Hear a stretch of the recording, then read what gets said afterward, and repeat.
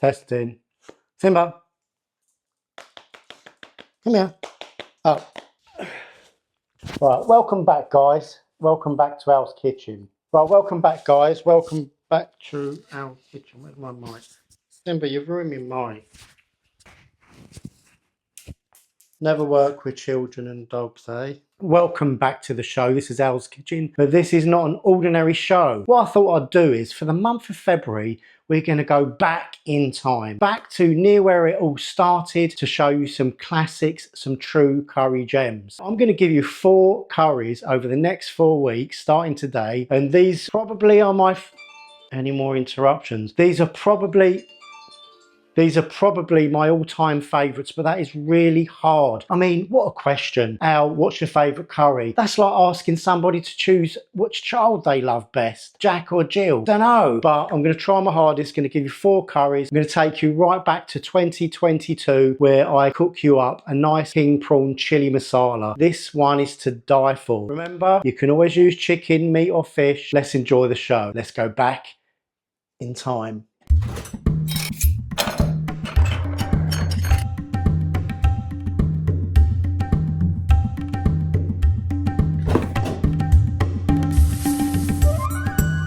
Welcome back to Al's Kitchen. If you're new to the channel, or even if you're not new to the channel, please like and subscribe. It means the world to me. If you're new, you're most welcome. I'm the guy that brings you British Indian restaurant style curries at home in your kitchen. I've been away for an extra week this time. I'm back now and I'm really looking forward to giving you this new content. This week I'm going to be cooking a beautiful, a lovely King Prawn Chilli Masala. Now, during my student days, when I go out for Indian, I would love a king prawn curry. As you know, they're always a few pounds more on the menu, and I just couldn't afford it back then. Extra £2 for some king prawns, expensive little buggers. Now, I bought a nice big bag of king prawns. They've been deveined, and a nice little tip, when you defrost the king prawns, butterfly them by taking the prawns and very slowly and gently with a sharp knife, open them up at the sides. And what you'll notice is when you cook them, they will fold in on themselves and they will become nice chunky morsels of prawn rather than looking like the familiar prawns that we're used to seeing. So that's a nice little tip there. Let me grab a tinny. So nothing special this week. Oh, and my kegs dried up. I've got some on order from Beer Hall. And no, I'm not sponsored. Can't beat a nice Stella. Right, so let's go through the ingredients. Here I have a 1/4 teaspoon of salt. And here we have a 1/4 teaspoon of Tandoori Masala powder. I have 1 teaspoon of extra hot chili powder, but with the chili powder, if you don't want it extra hot, you can use hot, mild, medium, or if you wanted, you can just totally leave it out. We have 2 cardamom pods here, crack them open so all the flavours can come out, and a teaspoon of sugar. You can also use brown sugar, you can use jaggery gore, or you can use a tablespoon of mango chutney. Here I'm using just under a tablespoon of Al's mixed powder. Now, I've said it before and I'll say it again. Mixed powder is what Indian restaurants use to create their curries.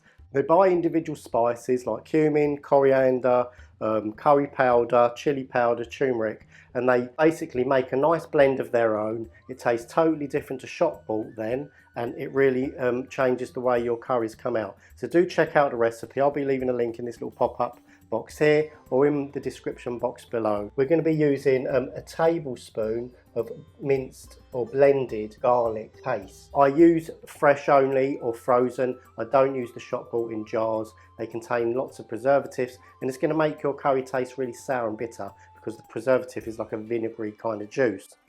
Here I'm using 3 tablespoons of tomato puree.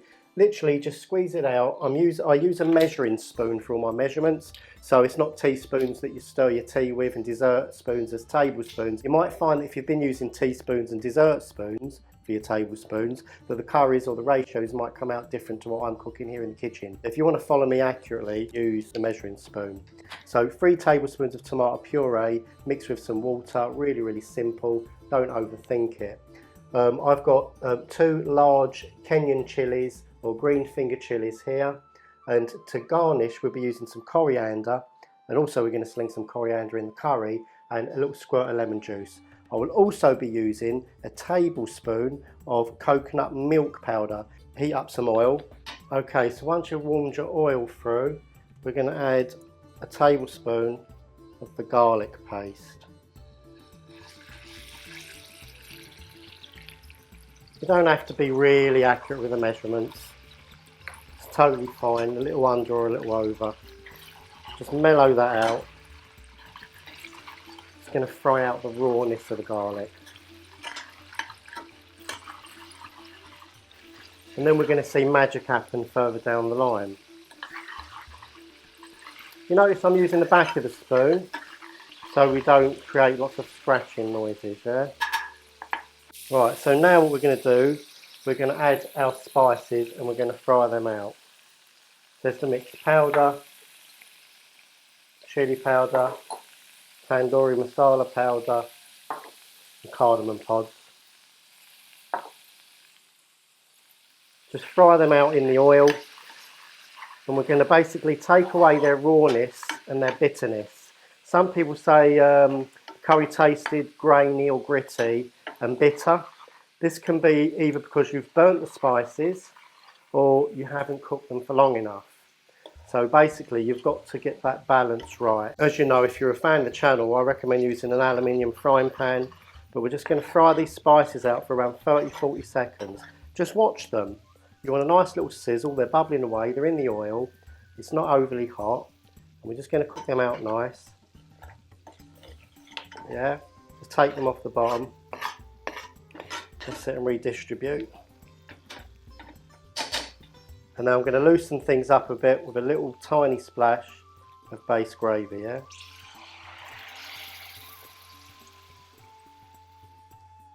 Turn up the gas a little bit. Again, back of the spoon, working it all into the mixture.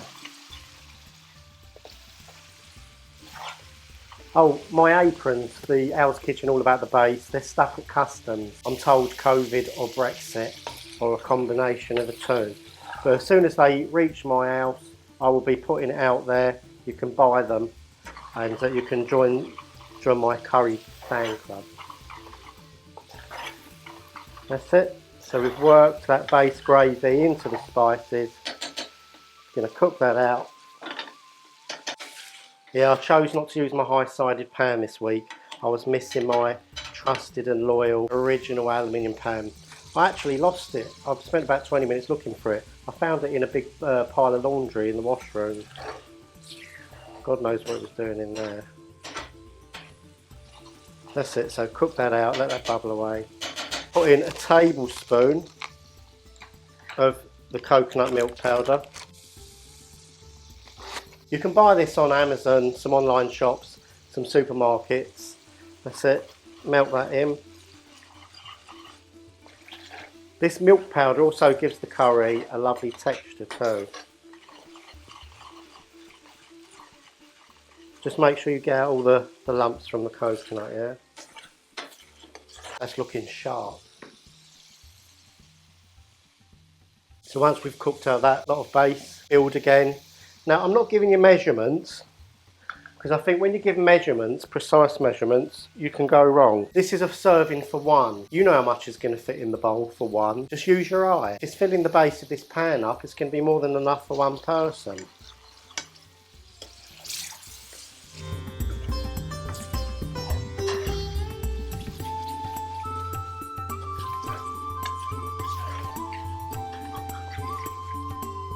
Looking and smelling superb. Right, so what we've got left here, so I've got some salt and sugar, coriander and lemon. Well, let's go in with a squirt of lemon, yeah? Not too much. We don't want it too sharp.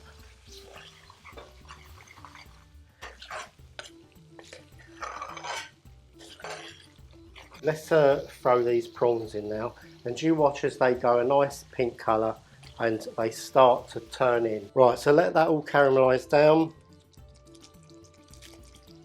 And all we're doing now is letting that reduce down until it's at the desired consistency. The beautiful thing about prawns is they don't take long to cook at all. Right, turn in that caramelised gravy.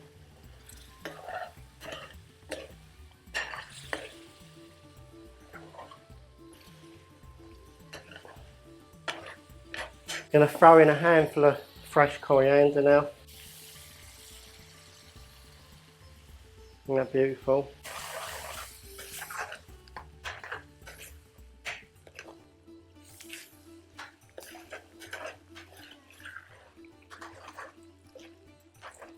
Right, I'm going to finish off with some salt and sugar. Just so they counterbalance one another.